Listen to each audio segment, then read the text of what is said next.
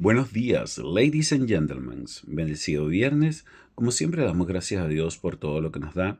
Le damos gracias por la salud, por el techo sobre nuestra cabeza, por el alimento sobre nuestra mesa. Le damos gracias por la familia, por los amigos, por el empleo, por los estudios, por los proyectos. Le damos gracias por su inmenso amor, por su paciencia, por su misericordia, por ese gran sacrificio que hizo para el perdón de nuestros pecados, para nuestra redención. Damos la bienvenida al Espíritu Santo para que sea Él el que nos dé el entendimiento sobre lo que estamos por aprender. Y continuamos con la última parte de este estudio del libro de Ageo. El libro de Ageo deja una enseñanza clara y directa para el pueblo de Dios. La restauración verdadera comienza cuando Jehová vuelve a ocupar el primer lugar en tu vida.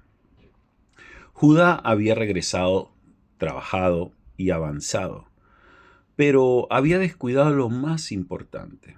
Dios no los llamó a hacer algo extraordinario, sino a obedecer lo que ya sabían que debían hacer.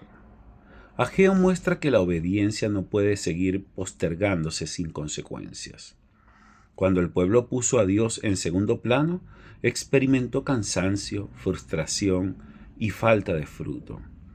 Pero cuando respondió a la palabra divina, aún con recursos limitados, Jehová afirmó su presencia en medio de ellos.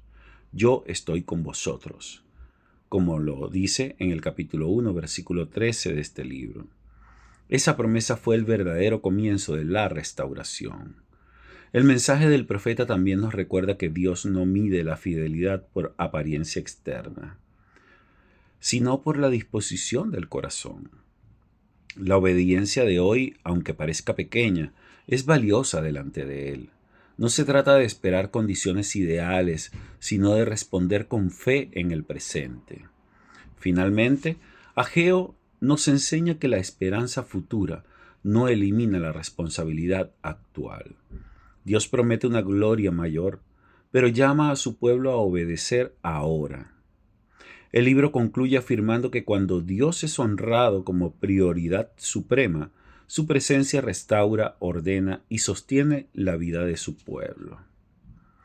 Así, Ageo nos llama a examinar nuestras prioridades, a obedecer sin demora y a confiar en que la presencia de Jehová es suficiente para comenzar una restauración verdadera, aquí y ahora. En toda la palabra de Dios, el mismo Señor Jesucristo nos enseñó el valor de la obediencia a la palabra de Dios. Se trata de creerle a la palabra de Dios, no de creer solamente, porque hasta los demonios creen, pero creerle a las promesas que allí están plasmadas, que son promesas que perduran por el tiempo. No son promesas solamente dadas al pueblo de Judá en aquella época. Son promesas, son palabras vivas. Porque así como tenemos ese Dios vivo, así vive también su palabra. Quiero terminar este estudio aplicando sobre cada uno de ustedes la preciosa sangre de nuestro Señor Jesús, la plenitud de su sangre, desde aquel derramamiento en el huerto del Getsemaní, cuando sudó gotas de sangre por su frente, cuando estuvo bajo el yugo de Roma, que le dieron esos 39 latigazos que desgarraron toda su piel. Y hay una promesa de esa sangre que está en Isaías 53, 4 y 5, y la cual, para resumirla y no leerla toda, nos dice que por sus llagas fuimos nosotros curados. La paz de nosotros fue sobre él, porque le dimos por azotado y abatido. Entonces, es creerle a la promesa de Dios, creerle a su palabra, lo que debemos aferrarnos siempre. Aplicamos también esa gota de la sangre que brotó de su cabeza cuando le colocaron la corona de espinas. Esa sangre que brotó también de su rostro cuando le mesaron la barba. La sangre que brotó de sus manos, de sus pies, cuando los atravesaron con los clavos en la cruz del Calvario. Y la sangre que brotó de su costado derecho, que allí derramó hasta la última gota de su sangre. Tanto es así que salió con agua cuando le atravesaron ese costado derecho con la lanza. No pisoteemos ese sacrificio. Él se sacrificó por nosotros, para nuestra redención. Hay una palabra en Juan 3:16.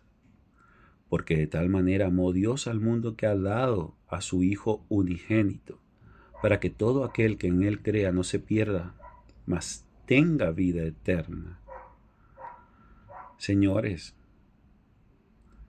ustedes que son padres y le piden un sacrificio, o ustedes o sus hijos, ¿ustedes darían a sus hijos? Les aseguro que no. Cualquiera que es padre se sacrifica por sus hijos, pues Dios se sacrificó a su Hijo para el perdón, para la redención de estos sus enemigos, porque así éramos, enemigos de Dios, cuando estábamos cubiertos con nuestros pecados e iniquidades. Reflexionemos en esto, busquemos más de Él, busquemos más de su palabra, para que le conozcamos mejor. Mil bendiciones.